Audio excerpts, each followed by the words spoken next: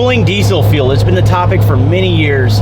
Does it actually work? Will it increase your MPG? Will it actually lower the temperatures of your fuel? Why it's so important? In today's video, I'm gonna go ahead and dive into that subject. I'm not gonna give you guys the results today in this video. I'm actually gonna be installing a fuel cooler on my LBZ 2007 Duramax. Right now I'm driving a 2018 L5P Duramax, which by now these trucks run so much more efficient. So I'm not gonna install a fuel cooler on this truck specifically. As a matter of fact, I'm pulling my camper trailer. My fuel temperature is reading about 59 to 60 degrees Fahrenheit. And to be quite fair here, that's not too bad. But then again, it's kind of cold outside. I'm gonna show you guys exactly where I'm gonna install this fuel cooler. It's actually a transmission cooler from PPE. It's not my idea. They actually contacted me and told me a gentleman's been running their transmission cooler to their return on their LML Duramax. And the person that's been running this test is claiming that he's getting better fuel economy.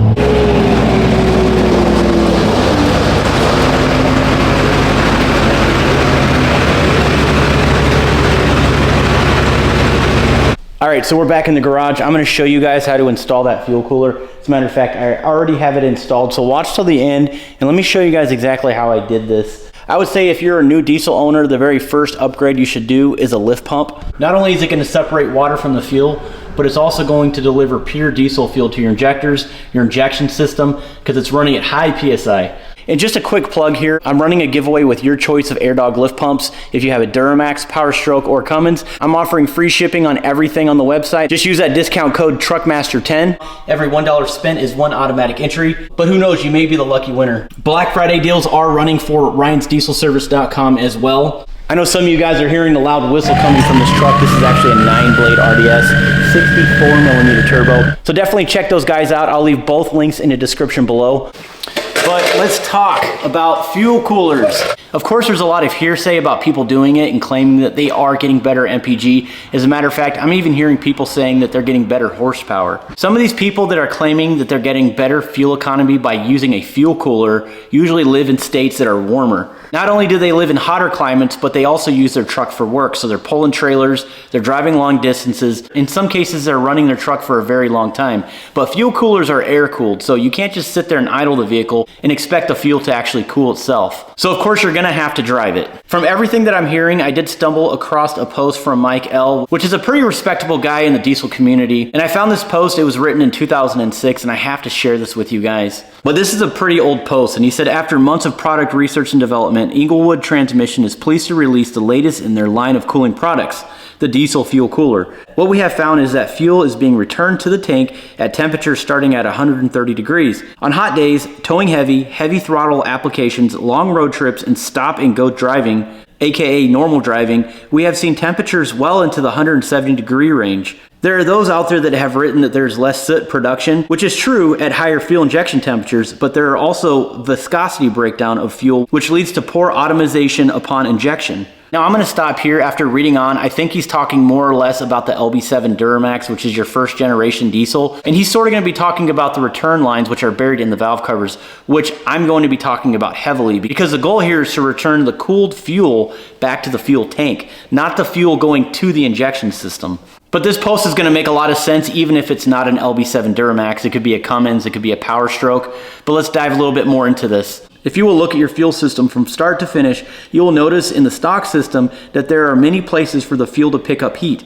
After leaving the frame rail, it comes up by the transmission across the lifter valley, working its way in some applications to the FICM, or the fuel injection control module, to act as a coolant. Then it is run through the fuel filter, which sits directly above the exhaust manifold, and on into the CP3, where it sees compression up to 23,000 to 26,000 psi, which we all know pressure equals heat. After making a run through the injectors, the unused fuel is then returned via lines that run through a hot oil bath under the valve covers and through the lifter valley. On the return trip, you will notice an extremely inefficient stock fuel cooler before returning to the tank. Upon replacing the stock cooler with the new fuel cooler, all vehicles tested immediately saw a 2 to 4 miles per gallon increase, just from keeping the fuel at ambient temperatures in the tank. Now we have an optimal number for injection, but it would be next to impossible to maintain with all the heat additors that I have pointed out above. The next best thing we have found is ambient or close to ambient as possible for the fuel leaving the tank. Now, I'm not too sure if that kit's still available, but what I do know is that I'm gonna try that out in this video. I'm sort of gonna make my own kit here in the garage using a PPE transmission cooler. I think it's gonna be a good test because return fuel really doesn't require a lot of PSI. So I'm basically just gonna be using AirDog 1/2-inch fuel line that usually you'd get from an AirDog kit. I'm actually kind of excited to read that post because I was sort of running into a dead end after doing a ton of research, talking to a lot of people. I think it's pretty exciting that in the past somebody put this to the test on real world applications and saw an increase of 2 to 4 miles per gallon, which again, I think is definitely worth it. Now, if you think about diesel fuel, not only is it a fuel, but it's also a lubricant. So when diesel fuel gets hot, you're gonna lose that viscosity. And when sucking the fuel directly from the tank into your fuel filter, and then from there going into your CP3, and then delivering that fuel into your diesel injectors, which are extremely expensive. And to make matters worse, when you're just normally driving, you're seeing, 19 to 26,000 PSI. That's an immense amount of heat. And if you think about it, over time, that diesel fuel is losing its viscosity, which in turn isn't properly giving you the best lubrication that you can for those expensive diesel parts. And if you really put that into perspective, that could also be a cause of why we see a lot of the CP4 diesel injection pumps fail. And I know I said this in the past, I'm kind of a skeptic of this as well, especially for some of you guys that live in the northern regions where it's nice and cold. But then again, it's not good to just cold start your truck and drive it either. It has to be at the correct temperature for your engine to run optimal, because you do have your engine control unit that's going to send signals to your air to fuel to make sure that that truck runs correctly or efficient. And it also begs the question to some of those guys that are seeing increased horsepower by doing a fuel cooler. If you were to dive a little bit deeper into this, it does sort of make sense, because with lower fuel temps going to the injection system, your ECU is going to account for that, which is going to burn more efficiently as well. But then again, there's nothing new here because these trucks already come stock with a fuel cooler. But unfortunately, those stock fuel coolers are really tiny and they don't seem to really do their job. I've seen this multiple times from my experience, but those fuel coolers will clog up. And not only that, they send the contaminants right back to the tank. I'm also hearing guys on the road that install brand new fuel coolers. They actually have seen an increase in MPG by just simply replacing their fuel cooler. Some others that run the fuel transfer tanks in the bed of their vehicle, they've noticed that the unused fuel returning back to the tank is actually hot to the touch. And it should be if it's delivering it back to the fuel tank at 100+ degrees. So theoretically, if you can lower your fuel temps, it's all good. I think it's a win-win. I would say that the biggest con here is that you're more prone to seeing leaks coming out of whatever kit that you install if you decide to do this. I've been driving my truck pretty much every single day. I've racked up quite a bit of miles on it to get some real world numbers for you guys. And of course, after installing this aftermarket fuel cooler, I'm gonna be putting a lot of miles on this thing. I'm actually gonna put about 25 to 3,000 miles on it just to get a real number here.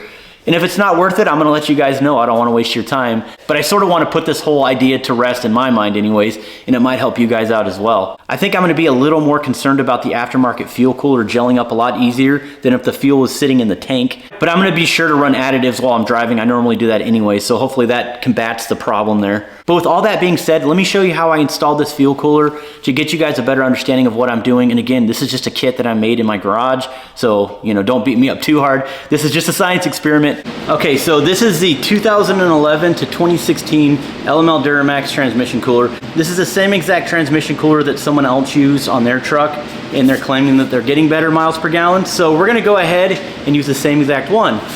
I'm gonna figure out where to install it. I'm pretty sure I'm gonna put it right here. And we're gonna need some 90-degree elbows to elbow off that return line from here back to the lift pump. That's where I'm going off of, since I have an AirDog lift pump. I'll show you guys that here in a second. Off camera, I had the truck off the ground. I was up underneath there looking for a good spot to mount this thing, but there's no good spots to mount it. And not only that, we want direct airflow coming directly at it, but I don't want the cooled fuel to have to travel so far back to the tank. I don't want to defeat the purpose of all this. But at the end of the day, it's going to give me the best airflow at the front of the vehicle, although I am kind of worried about front impacts as well. Of course, we don't want diesel fuel leaking out everywhere, but not saying that I trust the old trail-ready bumper, but this thing's pretty solid if I get into a front impact with like a car or something like that. So that should still be good, or a deer. Now bear with me, this is a science experiment. This isn't gonna be permanent, but I did cut off the transmission cooler lines that connect to the Duramax outside, because these fittings fit directly in here. So I'll be using those, I'll be modifying that a little bit. And of course, I need to go to the parts store and get like a 90-degree elbow to accept this, because these lines are gonna be going upwards. So right now I just loosen brackets so I don't punch a hole through the condenser. And I also modified these brackets just a little bit. I'm gonna drill holes here and here, and I'm simply just gonna bolt everything to the bracket.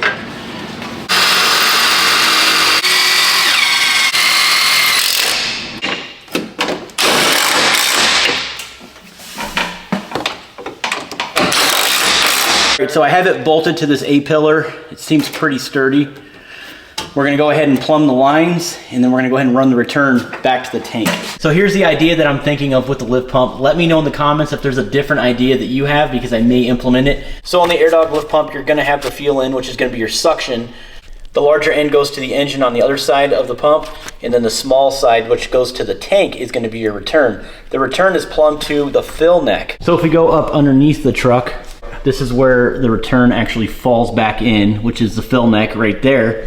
And then right here is the return. So what I'm gonna do is I'm gonna disconnect that hose. I'm gonna run the return from the lift pump all the way to the front of the truck. And then on the other side, I'm gonna run it all the way back to the fill neck. That's how I'm gonna do it. I'm sure some of you guys in the comments are going to suggest to hook it up to the return line to the engine, which is gonna be less hoses. And the reason why I'm not doing that is because that's a fuel cooler as well. So we're gonna go dual fuel coolers. So essentially the return from the lift pump is gonna go directly into the fuel cooler. That's how we're gonna do it.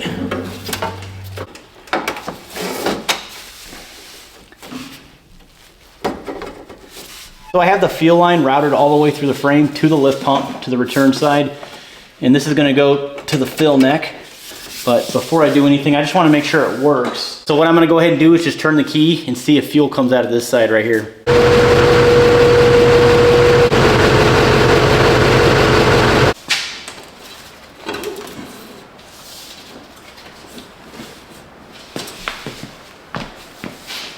So this was the return line that goes to the fill neck. I'm gonna go ahead and take this and run it directly to the fill neck adapter. Of course I got zip tie everything. But yeah, I had enough hose. This is awesome. I'm not gonna video this process, but I'm gonna install this right now, and then we'll go ahead and start the truck. So check it out, I have it installed. Everything looks good. I've had it running for a while, no leaks at all, no issues. But we'll see when we do our road test.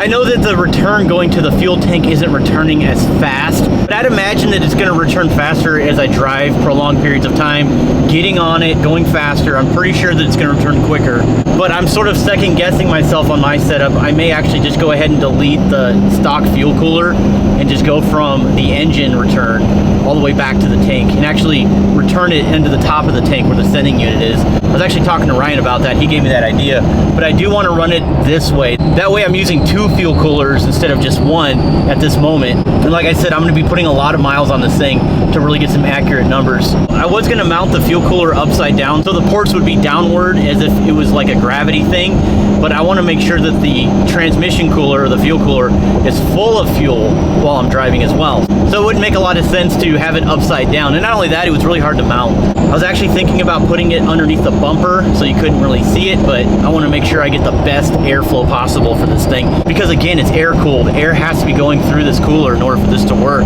I'm starting the driving test process now, but it's going to take me some time to really get you guys those numbers. So subscribe, hit the notification bell. It's probably going to be a couple months, so bear with me. Please be patient. In the meantime, we're going to start on that Facebook Marketplace $2,800 Duramax project truck. I'm really excited to finally pull the cab and start working on that thing and getting her running. We're going to be doing some pretty cool stuff with that truck, so stay tuned for that as well. And of course, on your way out, I will link that in the description as well as the comments below.